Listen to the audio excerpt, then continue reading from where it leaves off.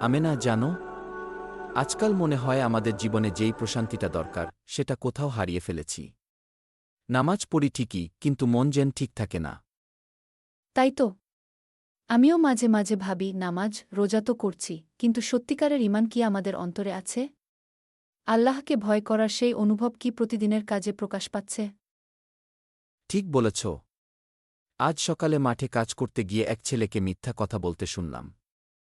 মনে হচ্ছিল যদি আমি একটু বুঝিয়ে বলতাম ওকে যে মিথ্যা বলা ঈমানের বিপরীত, তাহলে হয়তো একটুকরো ভালো কাজ হয়ে যেত। আমাদের আমল অনেক সময় শুধু নিজের ইবাদাত সীমাবদ্ধ থাকে, অথচ রাসূল সাল্লাল্লাহু আলাইহি সাল্লাম তো বলেছেন, মানুষের উপকার করাও ইবাদাত। আমরা কি সেটা আচ্ছা করছি? আমেনা, তুমি কিভাবে ঈমান শক্ত রাখতে চেষ্টা করো? মানে, তোমার তো ঘরের অনেক কাজ, তার মাঝেও আল্লাহকে কিভাবে মনে রাখো? আমি সব কাজে আল্লাহর নাম নিই। যেমন ভাত বসাতে বসালাম তখন বলি বিসমিল্লাহ। কাপড় ধুতে গিয়ে বলি, আল্লাহ তুমি সহজ করো, এমন ছোট ছোট করে আল্লাহকে ডেকে নিই। এতে মনে শান্তি আসে আর মনে হয় উনি আছেন আমার সাথেই। সুবহানাল্লাহ! আজ থেকে আমিও চেষ্টা করব।